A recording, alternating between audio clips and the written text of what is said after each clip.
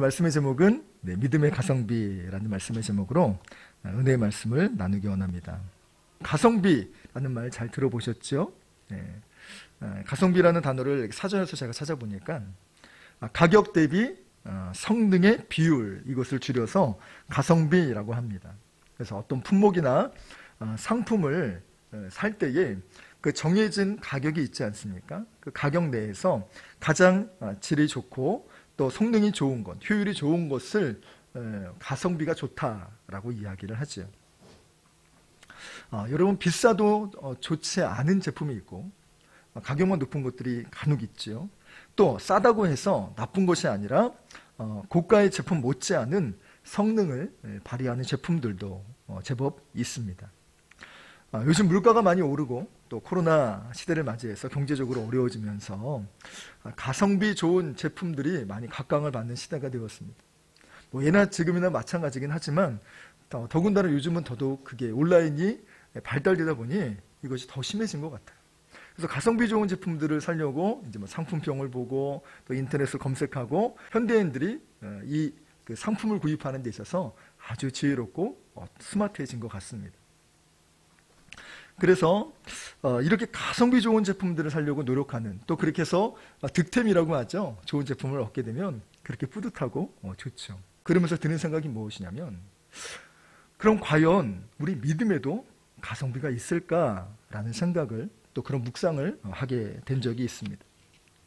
적은 시간과 노력, 그리고 적은 비용을 들여서 더 많은 은혜와 더 많은 응답, 더 나은 삶을 사는 방법이 있을까? 이런 믿음의 가성비가 좋은 것이 있으면 얼마나 좋을까라는 생각이 들었습니다. 그래서 오늘 말씀의 제목을 믿음의 가성비라고 정해보았어요. 오늘 말씀을 잘 묵상을 하면서 우리 믿음의 진정한 가성비가 무엇인지 살펴보기 원합니다. 아울러 하나님께서 이 시대에 바로 우리에게 주시는 그 성령님의 음성이 무엇인지를 밝히 들으며 더욱 믿음의 사람으로 성장하고 성숙하는 시간이 되기를 주의 이름으로 간절히 축원합니다. 라는 생각이죠. 똑같은 시간 노력을 들여도 다른 사람들보다 더 많은 응답과 효과를 거둘 수 있는 방법이 있을까? 그래서 이런 성경 구절이 있을까라는 것을 묵상을 하게 됐을 때 제일 먼저 떠오르는 말씀이 바로 마태복음 13장 23절의 말씀이었습니다. 좋은 땅이 뿌려졌다는 것은 말씀을 듣고 깨닫는 자니 결실하여 어떤 것은 100배, 어떤 것은 60배, 어떤 것은 30배가 되느니라 하시더라. 씨앗을 하나 뿌리면 거기서 거둬지는 게 30배 내지 100배를 거두게 된다면 이게 얼마나 수준 맞는 장사이겠어요. 이것이야말로 좋은 믿음의 가성비가 아닐까라고 생각이 듭니다.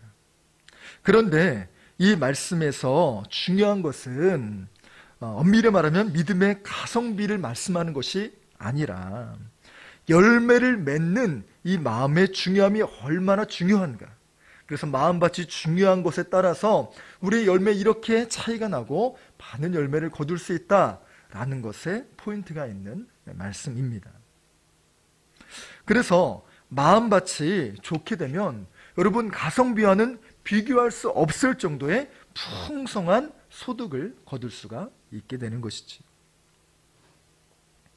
그런데도 여러분 가성비만을 바라보게 된다면, 그래서 엄밀히 말하면 성경에서 말하는 가성비, 믿음에서 말하는 그 가성비는 있을 수가 없다는 것이지. 오히려 여러분 정말 적게 심고 많이 거두려고 하는 마음이 된다면 그것은 우리의 죄된 속성이 되고, 또 이러한 꾀가 들어가게 되면 오히려 잘못 뿌려지게 된다는 거예요. 길가에 뿌려지면 새가 와서 그것을 쪼아 먹게 되고요. 또 돌짝밭에 심겨지면 잘 자라지 않고요. 또 잘 자라서 이제 정말 열매를 맺겠거니 싶으면 그것이 가시덤불이 되어서 열매를 거두지 못하고 거두기도 전에 사그라들고 시들게 된다는 것이죠. 그렇기에 현대인들에게 이 가성비의 관점으로 믿음을 보게 되면 큰일 날 일이 생긴다는 것입니다. 그러면 여러분 가성비와는 비교할 수 없을 정도로 풍성한 열매를 맺는 그 비결과 방법, 그것은 바로 좋은 땅을 만드는 것이 가장 좋은 비결이라 성경은 말하고 있습니다.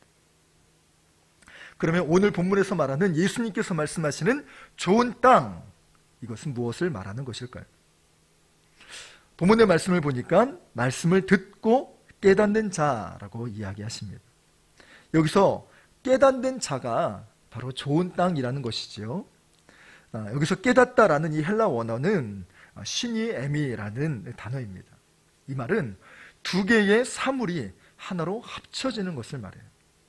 즉 사람의 생각과 지각이 하나의 대상으로 포개어지는 것, 결합되는 것, 합일이 되는 것이 바로 이 깨닫다라는 것이죠.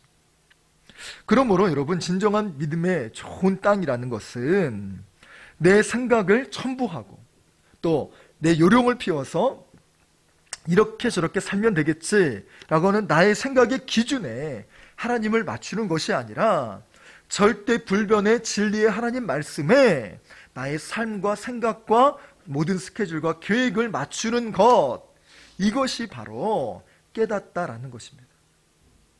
그래서 깨닫는 사람, 믿음이 좋은 사람, 은혜 받은 사람은요, 내 생각에 이런 종공 방법이 있었구먼, 이런 것이 아니라 하나님 뜻이 거기에 있으셨군요 라는 것을 발견하는 것을 깨닫는다라고 얘기하는 거지. 그리고 아까 말씀드렸던 것처럼 그냥 여기서 깨닫는 수준이 아니라 그 생각이 나의 생각을 맞추고 또 주님이 원하시는 그 길에 나의 행동을 맞춰가는 것, 그것이 바로 좋은 믿음의 밭을 살아가는 성도들의 모습이라는 것이지. 그래서 여러분, 좋은 땅을 준비하는 것은 우리들의 역할이고 우리들의 몫이라는 것입니다. 최선을 다하여 밭을 가꿔야 되고 거름을 주기도 하며 잘 관리하도록 하는 것이 우리 마음의 밭이요, 또 우리가 준비하는 영역입니다. 그러나 열매를 거두게 하는 최종 영역은 나의 영역이 아닌 하늘의 영역입니다. 믿음의 열매 역시 마찬가지로 그러하는데 바울 사도는 그래서 고린도전서 3장 6절에 이렇게 말씀하고 있습니다. 나는 심었고 아볼로는 물을 주었으되 오직 하나님께서 자라나게 하셨나니. 그런즉 심는 이와 물 주는 이는 아무것도 아니다라고 바울 사도는 이야기를 할 정도로 오직 열매를 자라게 하시고 거두게 하시는 것은 하나님이시다라고 단언하며 이야기하고 있습니다. 이것은 하나님의 고유 영역이다라고 바울 사도는 믿음의 고백을 하고 있는 것이지. 그렇다고 해서 심는 사람과 물 주는 사람이 정말 그냥 생고생만 하느냐, 그런 것은 아닙니다. 이후 고린도 전서 3장 8절의 말씀에 바울 사도는 덧붙이기를 심는 이와 물 주는 이는 한 가지이나 각각 자기가 일한 대로 자기의 상을 받으리라. 무슨 말씀입니까? 우리의 마음밭을 잘 관리하는 것으로, 잘 준비하는 것으로 좋은 밭이 되기만 하면 하나님께서 열매를 거두게 하시는데 또 그 과정 가운데도 상을 주신다는 것이에요. 그러니 우리가 진정 마음의 밭을 잘 준비하게 되면 최소 30배, 또 많게는 100배에 이르도록 하나님께서 채워 주실 것입니다. 그렇게 좋은 마음의 땅을 잘 준비하여 가꾸셔서 풍성한 열매, 가성비와는 비교할 수 없을 정도로 정말 놀라운 열매를 맺는 저와 여러분이 되시기를 간절히 소망합니다. 그리고 두 번째로는 억지가 아닌 자원하는 마음으로 할 때 하나님의 역사가 일어나게 된다는 것이지요. 오늘 본문 고린도후서 9장 7절의 말씀을 보면 각각 그 마음에 정한 대로 할 것이요 인색함으로나 억지로 하지 말지니 하나님은 즐겨내는 자를 사랑하시느니라 라고 기록하고 있습니다. 여기서 중요하게 보아야 될 포인트 단어는 무엇이냐? 정한 대로라는 것이. 정한 대로. 이것은 그 마음에 이미 목적한 대로라는 뜻이죠. 여러분, 우리가 계획을 하죠. 집을 살 때도 그렇고 또 하다못해 작은 물건을 살 때도 계획을 하죠. 여행을 갈 때도 계획을 하지 않습니까? 그런 것처럼 하나님께 우리가 드리기로 하고 결단한 것을 정말 중간에 계속해서 마음이 바뀌는 것이 아니라 하나님께 기도할 때 성령이 주시는 그 마음, 그것을 주시는 그 결정대로, 그 굳어진 목적대로 이것을 진행하는 것, 그것이 바로 정한 대로라고 하는 부분들이 바로 성경의 구절이지요. 여기서 중요한 것은 남이 얼마만큼 했는지 쳐다보고 또 남의 시선에 못 이겨 억지로 하거나 또 강요에 의하여서 하게 되는 것이 아니라는 것입니다. 그래서 성경은 인색함이나 억지로 하지 말라라고 말씀하시며 덧붙이는 말씀이 무엇이냐? 즐겨내는 것을 하나님이 기뻐하신다고 말씀하셨습니다. 여러분, 순종은, 여러분, 결단은, 여러분, 하나님 말씀 가운데 우리가 마음 먹는 것은 누가 했기 때문에 억지로 하는 것이 아니라 내 마음 가운데 내가 정말 결단하고 내 동의로 또 내 그 주님 앞에 드리는 이 내 마음의 소원으로 그것을 진행해야 된다는 것이죠. 그래서 성경 NIV 성경을 보면 이 즐겨내다라는 단어를 cheerful이라고 번역을 했습니다. 기쁨이 가득한 상태로 그렇게 주님 앞에 순종하라라는 것이죠. 여러분, 저희들은 이제 저도 어릴 때 부모님께 참 심부름을 많이 하면서 자랐어요. 근데 이제 저희도 저희 자녀들한테 이제 심부름을 곧잘 시키곤 하거든요. 그런데 이제 그 자녀가 셋이니까 어릴 때는요 정말 심부름을 잘했어요.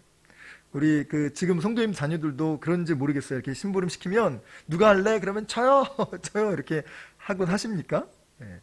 그죠? 어릴 때 저희도 그랬어요. 그래서 막 자기가 서로 막 한다고 막 그랬죠. 그래서 엄마에게 막 아빠에게 기쁨이 되려고 막 이렇게 하죠. 그럼 부모가 얼마나 정말 기특해요. 심부름 뭐 제대로 하지는 못하지만 그거 하려고 하는 그 마음이 이제 이쁘잖아요. 근데 이제 시간이 지나고 또 나이가 정말 들어가면 때로는 이제 저희가 뭐 심부름 정말 이렇게 시키면 잘 하는 편이에요. 근데 이제 심부름의 자기들의 수준에 좀 그것이 넘어가면 때로는 짜증을 내기도 하고 불평하기도 하죠. 왜 꼭 저만 해요? 라는, 이게 셋이 다 심부름할 수 있는 나이가 됐기 때문에 왜 꼭 저만 한다요? 이렇게 하면서 불평해서 일을 하면 시키는 부모의 입장에서도 사실은 편치가 않아요. 그런데 여러분, 육신의 부모 또한 이런 마음을 갖게 되는데 하나님 아버지는 어떠실까요? 그래서 여러분, 정말 진정 가성비를 뛰어넘는 믿음의 역사를 이룰 수 있는 좋은 믿음의 비결은 이래서 즐겨내서 일을 하는 거예요. 물론 시작은 정말 마지못해 할 수 있어요. 시작은 정말 누가 정말 그 시선이 뭐 이렇게 돼서 정말 그 상황이 이렇게 몰려가지고 그렇게 할 수도 있습니다. 그러나 이왕 하게 되는 건 누가 하는 겁니까? 이걸 하고 나서 누가 좋은 겁니까? 다른 사람이 좋은 것이 아니라 내가 좋은 것이라면. 그래서 이왕 순종하는 거라고 한다면 기쁨으로, 전심으로 또 정말 즐겨내서 이 일에 순종하고 행하는 우리의 모습이 되어야 할 줄로 믿습니다. 그런 모습이 되게 된다면 여러분, 정말 가성비만 집중하게 되면 적게 심고 많이 거두려고 하는 근성이 생기게 돼요. 제가 이 말씀을 준비하고 묵상하면서 가장 전하고 싶은 핵심 포인트가 바로 여기에 있다는 거예요. 현대인들은요, 정말 적은 비용으로 최대 효과를 내는 이 경제 법칙을 너무나도 신봉해왔고 이걸 즐겨 해왔어요.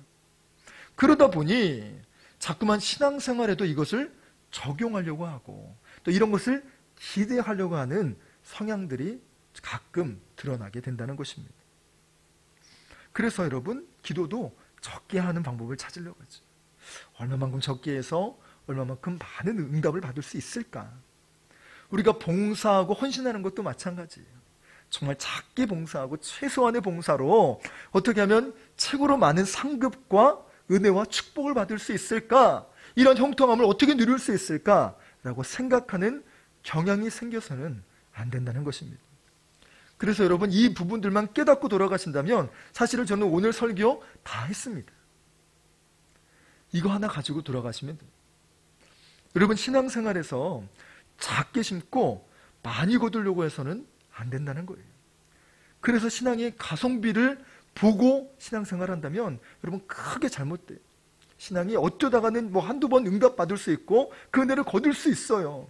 그러나 이 신앙을 계속 신앙생활하게 된다면 신앙이 병들고 하나님이 기뻐하시는 삶이 되지 못한다는 것입니다. 그래서 오늘 본문 고린도후서 9장 6절 말씀에 우리 바울 선생님은 이렇게 말씀하셨습니다. 이것이 곧 적게 심는 자는 적게 거두고 많이 심는 자는 많이 거둔다 하는 말이로다. 성경은 분명히 말을 하고 있어요. 적게 심으면 적게 거둘 수밖에 없다. 많이 심으면 많이 거둘 수밖에 없다. 여러분, 저는 이 말씀을 때로는 가장 무서운 말씀 중에 하나로 여겼어요. 왜 그런 거 아니? 이제 우리 그 학창 시절에 이제 공부를 하잖아요. 그러면 이제 그 담당 선생님이, 중고등학교 선생님이 꼭 이렇게 기도를 해주세요. 하나님, 우리 영훈이가 뿌린 대로 거두게 해주세요. 그럼 그 기도가 그렇게 무섭죠. 아, 나 많이 뿌리지 않았는데. 적게 뿌리고 많이 거두고 싶은 게 사람의 욕심인지라, 그 기도가 좀 찔리기도 하면서 또 그런 마음들이 됐죠. 근데 제가 20살이 넘어가고 또 삶을 살아가다 보면 또 주변에 선후배를 보게 되면 이 말씀이 그렇게 귀하고 좋은 말씀인지 몰랐어요. 한 선배 중에 하나는요, 정말 공부를 얼마나 열심히 했는지 몰라요. 그래서 아침 6시에 도서관에 갑니다. 그리고 밤 그 문 닫을 때, 10시쯤 밤 문을 닫을 때 그때 돌아와요. 그런 것을 한두 번 하는 것이 아니라 얼마나 열심히 몇 년간을 했는지 허리에 디스크가 왔습니다. 그러면 좋은 결과를 얻어야 되는데 가성비로 본다면 완전 꽝이죠. 자기 동기들은, 자기보다 실력이 없는 친구들은 더 좋은 데를 가는 거예요. 대기업에 턱턱 붙는 겁니다.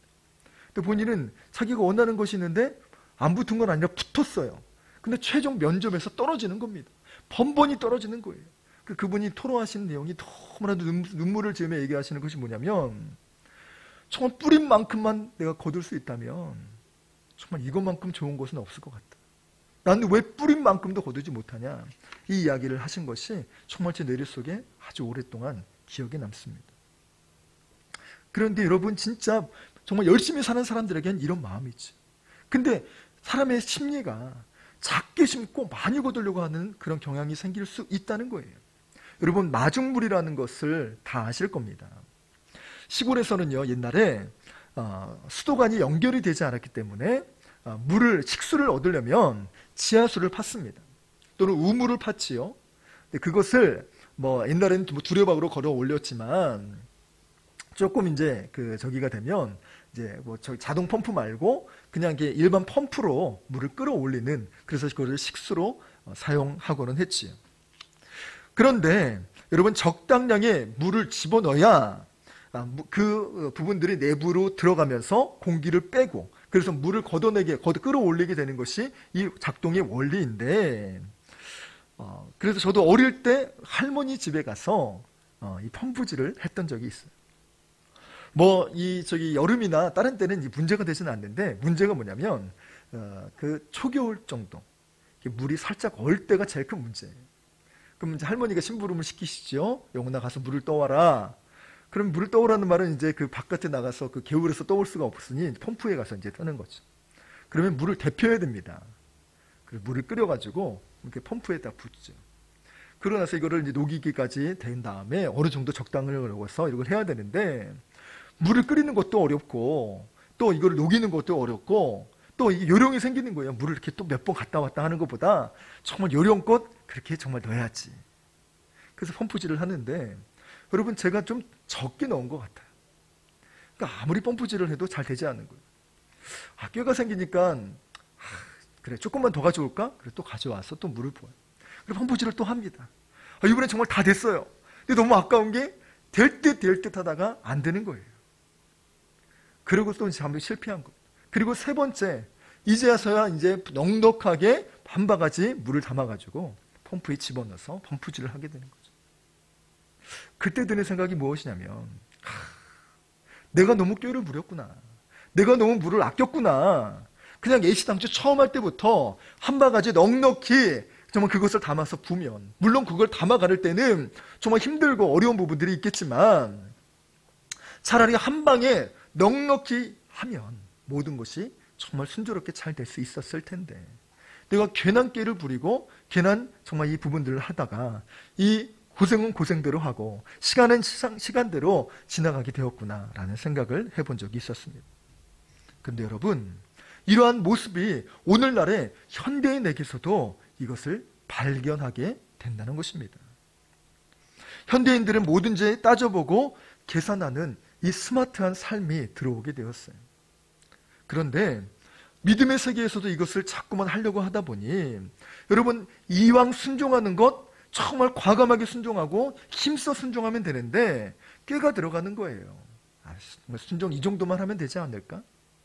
그래서 하나님이 기준이 아니라 아까 말씀드렸던 것처럼 그 마음이 결합되어야 되는데 자꾸만 나에게 내 상황과 내 형편, 자꾸 나에게 합리화를 시키며 하나님 말씀을 끌어오려고 하는 거예요. 아무리 끌어와도 여러분, 그 기준은, 그 역사는 하나님이 정해놓으신 거기 때문에 내가 아무리 우긴다고 한들, 내가 아무리 불평한다고 한들 그 절대 불변의 진리는 바뀌지 않는다는 것이지. 그래서 정말 이게 정말 더 그 시간만 들이고 비용만 들이고 고생은 고생대로 하면서 나중에 깨닫지요. 그래, 한방할 때 제대로 해야지. 여러분, 적게 순종하고 적게 드리면, 또 적게 순종하고 적게 우리 마음을 정말 드리게 된다면 이러한 일이 일어나게 된다는 것입니다. 그래서 펌프로 고생해 본 사람이, 고생을 해본 경험이 있는 사람이라고 한다면 저와 같이 이제 한 방아지 넉넉히 퍼서 펌프에 집어넣는 것처럼 믿음을 경험한 사람 역시 마찬가지라는 거예요. 하나님의 응답을 경험하고 하나님의 역사를 경험한 사람이라고 한다면 그냥 자잘자잘하게, 아니 어느 정도 노력하다가 포기하고 이러한 삶을 반복하는 삶이 아니라 이왕 순종할 때 과감히 힘써 순종해서 처음부터 그렇게 전심으로 나아가는 사람이 응답받게 된다는 것입니다. 여러분, 지금 너무나 중요한 얘기를 하고 있는 거예요. 혹시 여러분들의 모습을 보세요. 내가 요즘 어떻게 살고 있고 내 기도 생활은 어떠며 나는 지금 응답받고 있고 하나님의 역사는 지금 내가 보고 있습니까?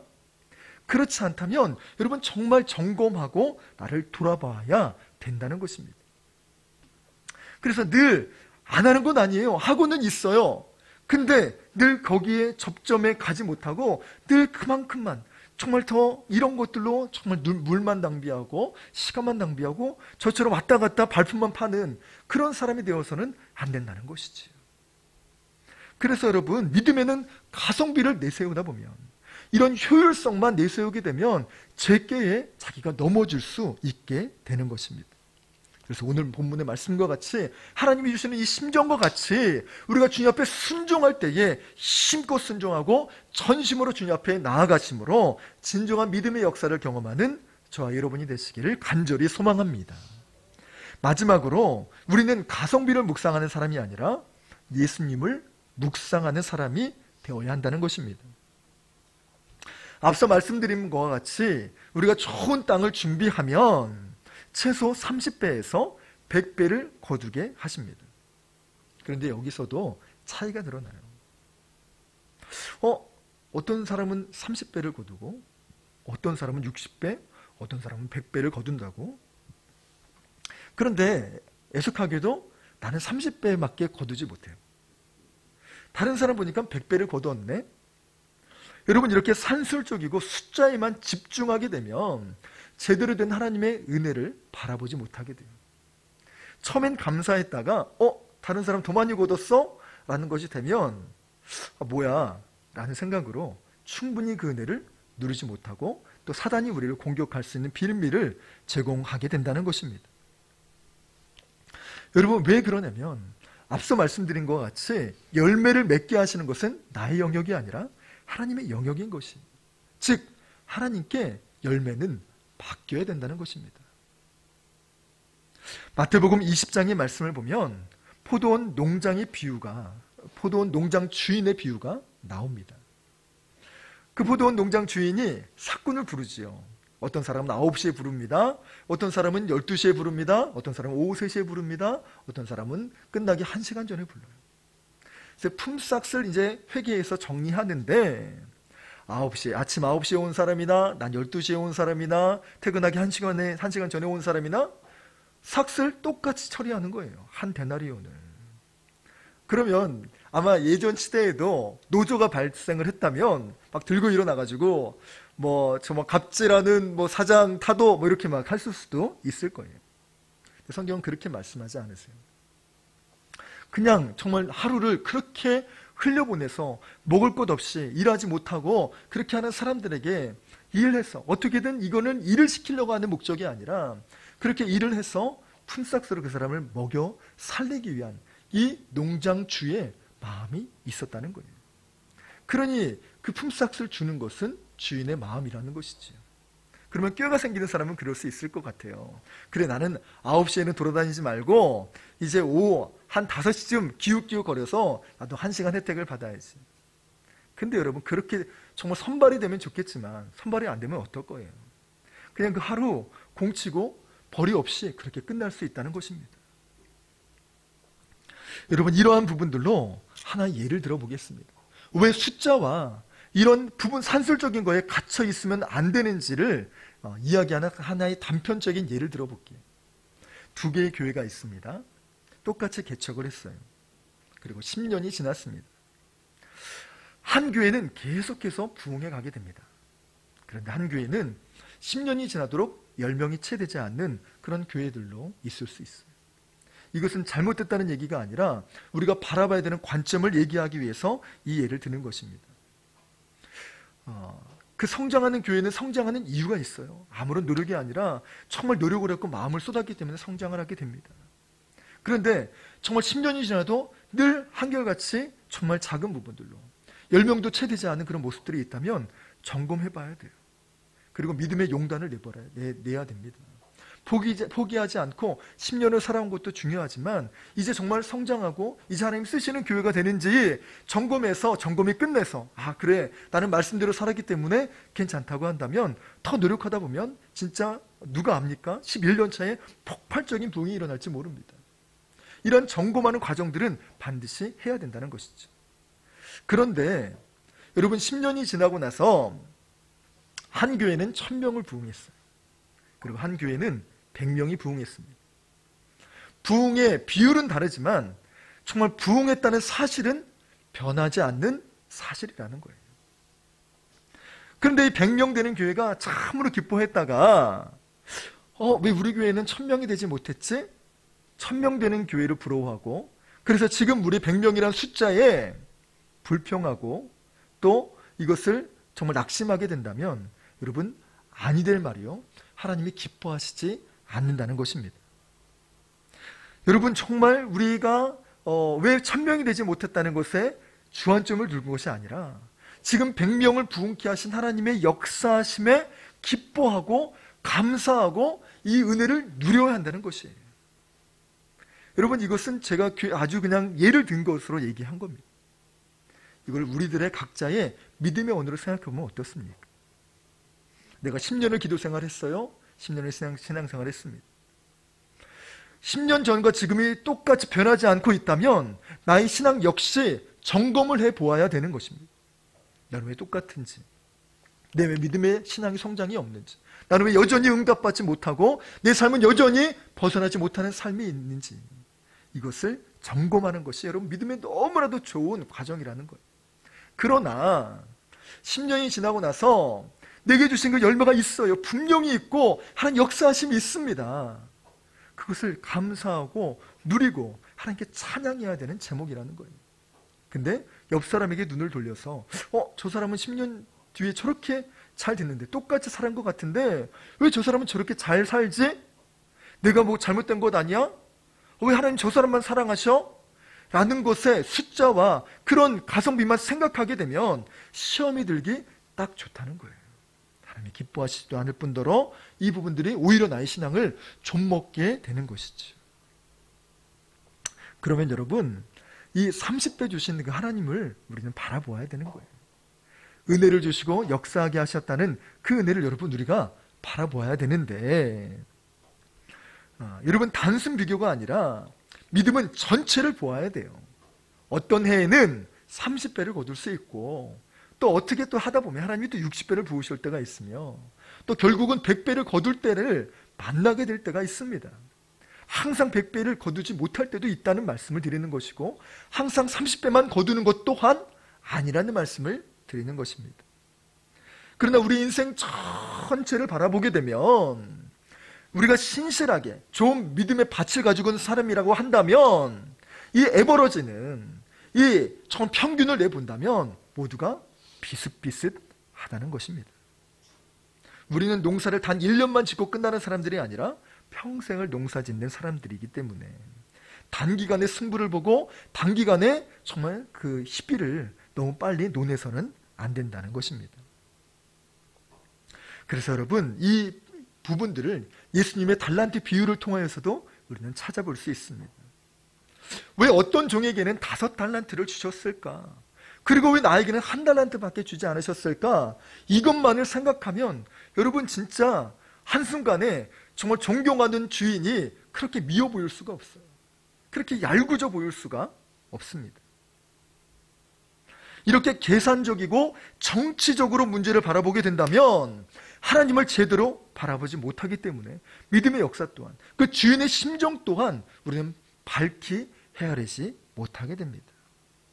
여러분, 중요한 것은 달란트를 맡겼다는 거예요.